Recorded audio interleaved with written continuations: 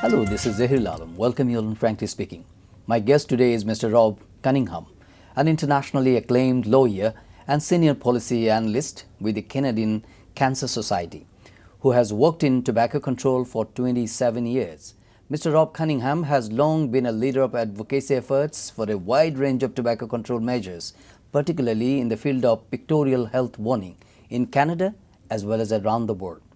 Born and raised in Ottawa, Mr. Rob Cunningham is a lawyer by profession and has degrees in political science, law and business. We welcome Mr. Rob Cunningham on Frankly Speaking. Rob, thank you very much for joining me. Thank you very much. Very pleased to be here. I know you have been involved with the restricting tobacco movement since your student life. Yes. And started it 1988 to 90. Yes. So tell us something about the way you have started first and how difficult the fight is against tobacco use in Canada and around the world as well as. Sure. I began when I was a law student, and we had to write a paper on whether the Canadian proposed ban on tobacco advertising was constitutional. And that's how I became interested. I had a summer job after that with the Canadian Cancer Society. At that time, there was a bill going before the Canadian Parliament to get tobacco advertising banned, and I've been working ever since. A few years later, I wrote a book on the tobacco industry, but it's proved to be a very important and rewarding area to work. I know that as one of the core group of Canadian activists, you have been testified before the parliamentary committee. You have given lectures and given interviews on media, numerous media, and you wrote books on this issue. So, but tell us something, your experience in Canada first, that how effective it was and how difficult it was to introduce pictorial graphical warning on cigarette packets first. Oh, it was very difficult in Canada. It was an idea that came, and there was some research done in Canada with this to show package mock-ups to smokers. And what was their reaction? Well, they thought they were terrible. Okay. They thought they would discourage people from smoking. We proposed it. The Minister of Health was very interested in it. The tobacco industry was very opposed. They fought very hard, and it's very interesting that they argued that in Canada it would be technically impossible to print colored pictures on cigarette packages. Okay. When in which year it was? This was the regulation was adopted in 2000. It came into force in 2001. Okay. But when the regulation was adopted, the impossible became possible. And of course, we have colored pictures on cigarette packages. So the tobacco companies make up arguments, even if they're not valid.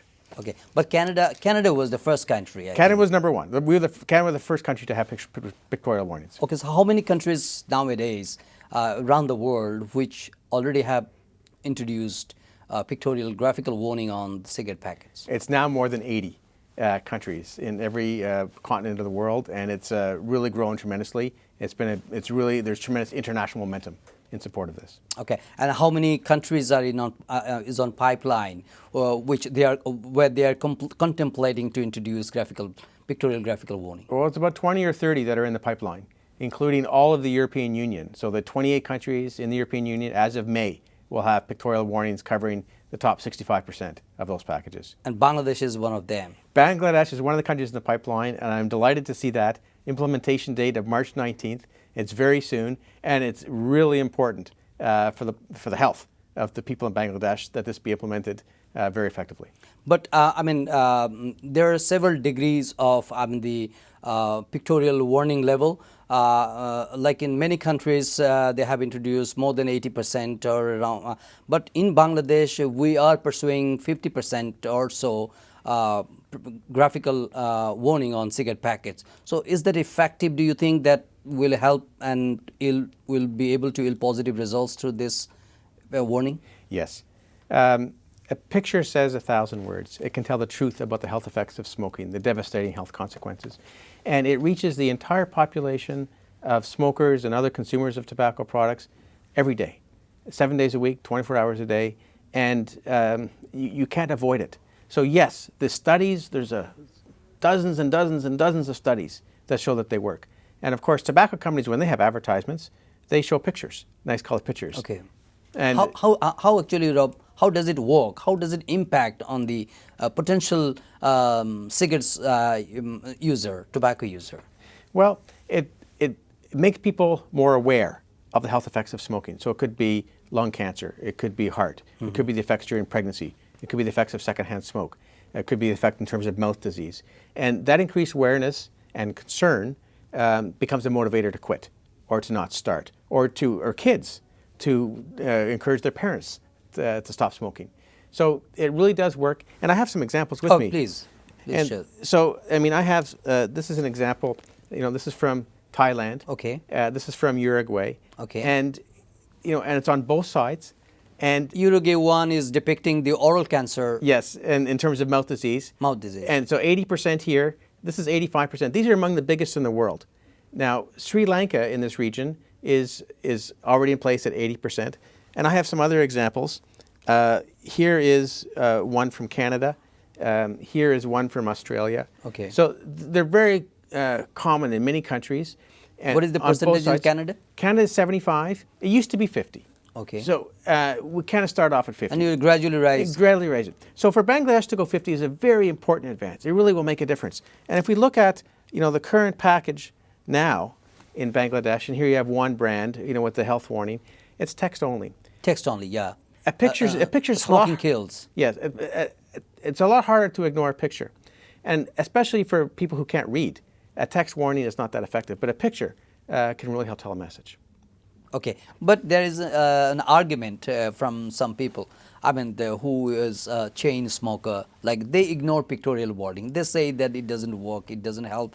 I mean, any way to get rid of this. The menacing habit. It's not going to work for everybody. It's not going to be like smoking is going to end within 1 month of having pictorial warnings. But it's going to have an impact on some people. And over time, it's going to have an impact on more and more people.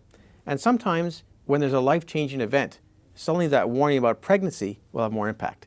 Or if you have kids or you have grandchildren, the warning about secondhand smoke will have more impact. Or somebody who's had a heart problem, or your spouse, then you'll look at that warning a little bit more. We know it works, and that's why tobacco companies are so opposed. If it didn't work, they wouldn't be lobbying against these. They want to protect their sales. They don't want their sales to go down, and that's why they oppose it in country after country.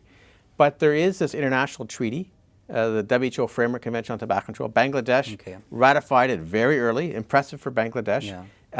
And this is part of the international guidelines for countries to implement. Is there any research and results of, about the outcome of the graphical health warning? Yes. Let's take Canada, for example. Before the warnings were introduced, 24% of Canadians were smokers. That was in the year 2000. By the year 2013, that was down to 15%. Mm-hmm. So there's other measures as well, tobacco tax increases and laws to restrict smoking, but pictorial warnings were an important part of that. So that's one example of how it makes a difference. So pictorial health warning is one of the major weapons or one of the major tools, but what are the other measures is more effective to arrest or to confront this, the rising trend of smoking or use of tobacco? Yeah. What is needed is a comprehensive strategy that includes tobacco. What does it mean by a comprehensive strategy? Well, it includes increases in tobacco taxes, not allowing any smoking in workplaces and public places, banning tobacco sales to minors, banning all tobacco advertising and promotion, having public education programs, and other measures. So it's many things that make a difference.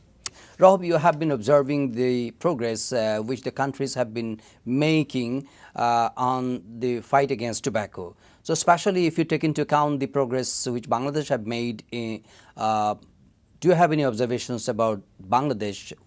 What degree of progress they have made so far over the last couple of years?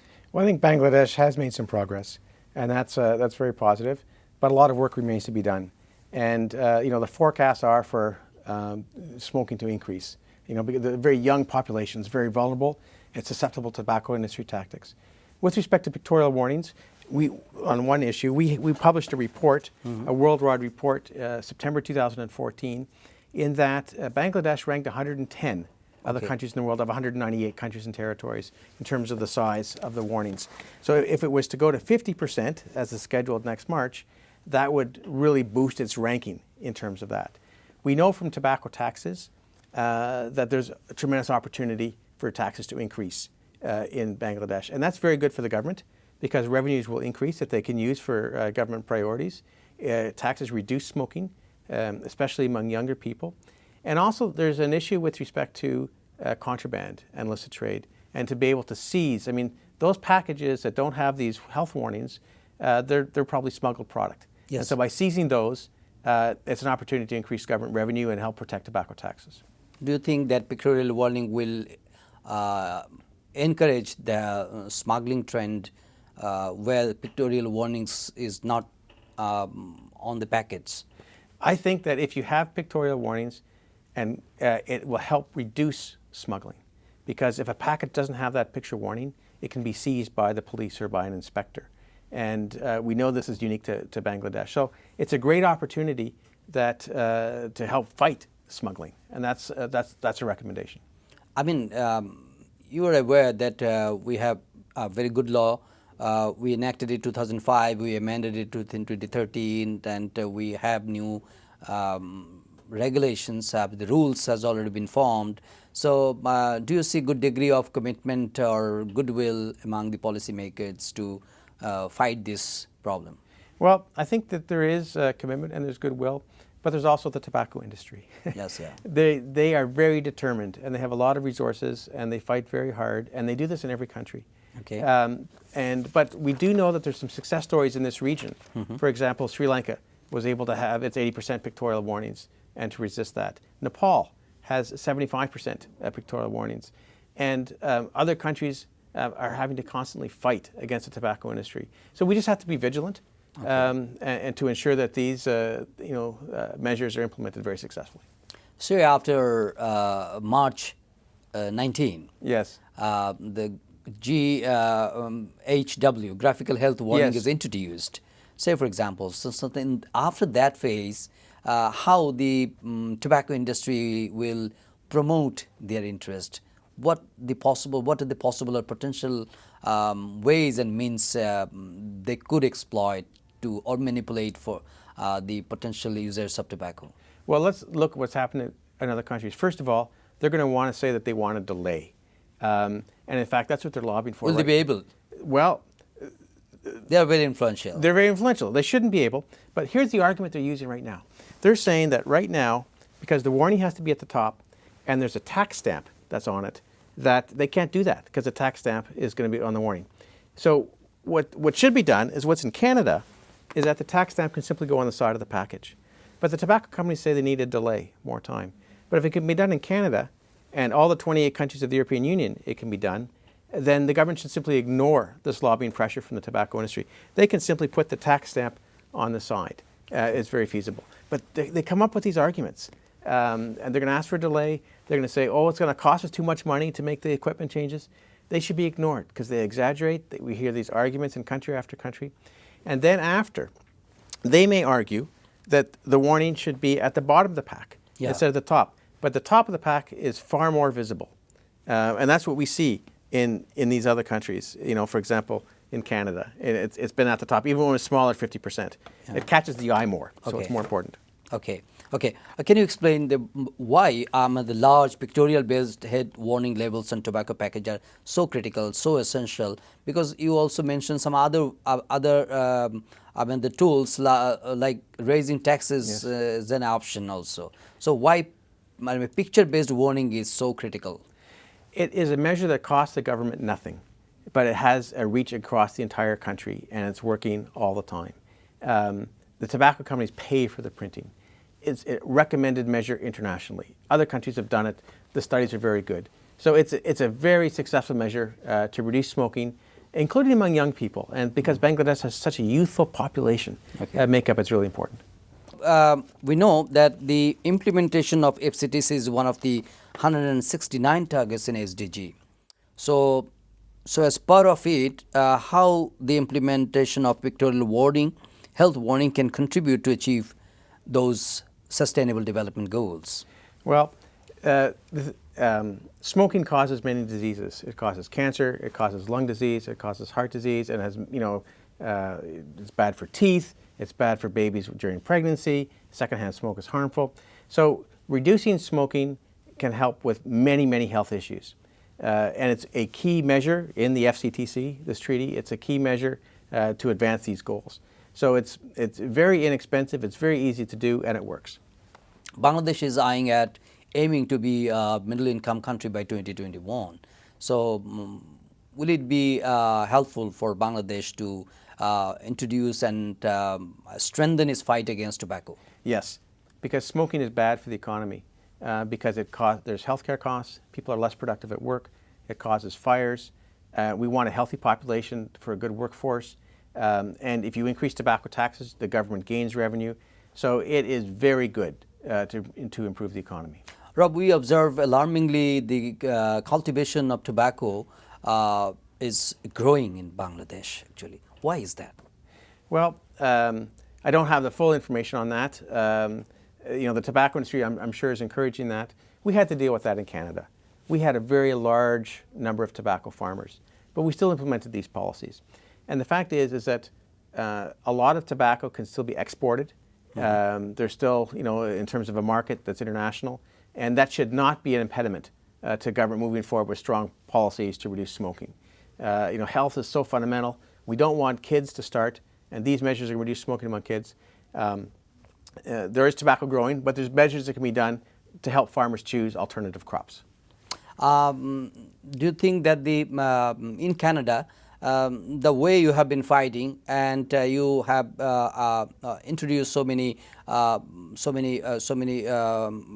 measures or steps you have already been taken. So, is there anything else you are aiming to do in the coming days, in future?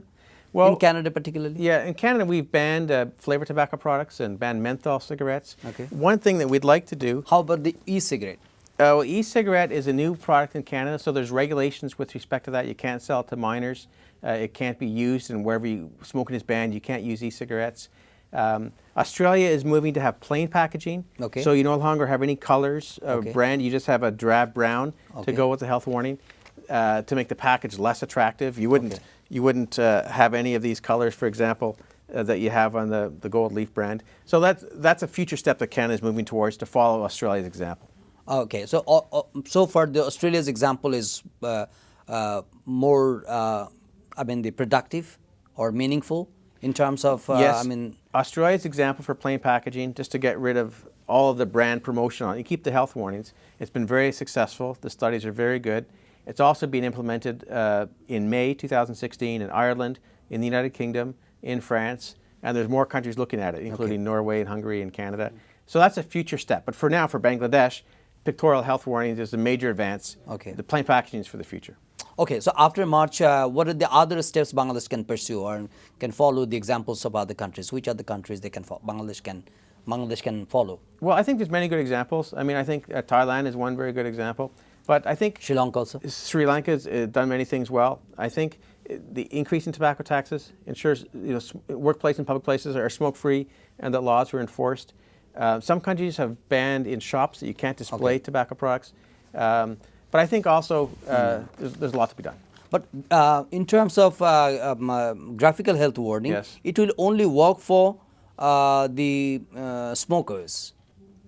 But what about the use of tobacco in other forms? Yes, it's important that the pictorial health warnings be on all tobacco products, mm-hmm. in terms of chewing tobacco, in terms of beedi, in terms of water pipe tobacco, any form of tobacco. It's essential that there be pictorial health warnings, and that's part of a trend that we're seeing internationally as well. So you are now in Bangladesh to attend a conference. So what are the issues you're trying to tell the stakeholders about, or any suggestions you're trying to extend to the people in Bangladesh? And at this summit that's happening in Bangladesh, this conference that you mentioned, it involves speakers of parliaments from other countries. It's to share that message, so that the representatives of Afghanistan and Bhutan and Sri Lanka and India and others. I'm here to talk about pictorial warnings, but there's other speakers as well in terms of what can be done in terms of sustainable development goals, in terms of tobacco control. And India is to implement 85% pictorial warnings. And of course, the tobacco industry has been there lobbying very aggressively. So it's common issues, but parliamentarians and governments can work together. Non-government organizations can work together to deal with this major cause of disease and death in individual countries and worldwide. But do you think the Bangladesh could enhance or increase the percentage of pictorial warning? Yes, and I think that'll be a future step. Especially when 50% is a tremendous advance. The government is to be praised with respect to that. It really is going to make a difference. But when we see Sri Lanka at 80%, Nepal at 75%, India moving to 85%, we know that there's going to be a future opportunity for progress. A lot more can be done. A lot more can be done. How effective is the the awareness campaign for the fight against tobacco through media and other ways? Well, it has been very successful in some countries. In other countries, it's been less successful. The potential is there for it to be enormously successful, and that's why there is countries came together to form this international treaty with respect to obligations. But we have to be continually vigilant because kids are always beginning, and nicotine is highly addictive. It's addictive as heroin and cocaine, and it's really hard to quit. And that's why we need to prevent kids from starting. And of course, that's why the tobacco industry needs kids to replace those smokers who quit or who die. Do you see a good degree of vigilance on the countries from the the international monitors? I think it varies by country, but it's improving, and there's a lot more work that remains to be done. And there is increasing international monitoring, in part to assist countries, because they do have challenges with the tobacco industry, but by working together, we can resist the tobacco industry.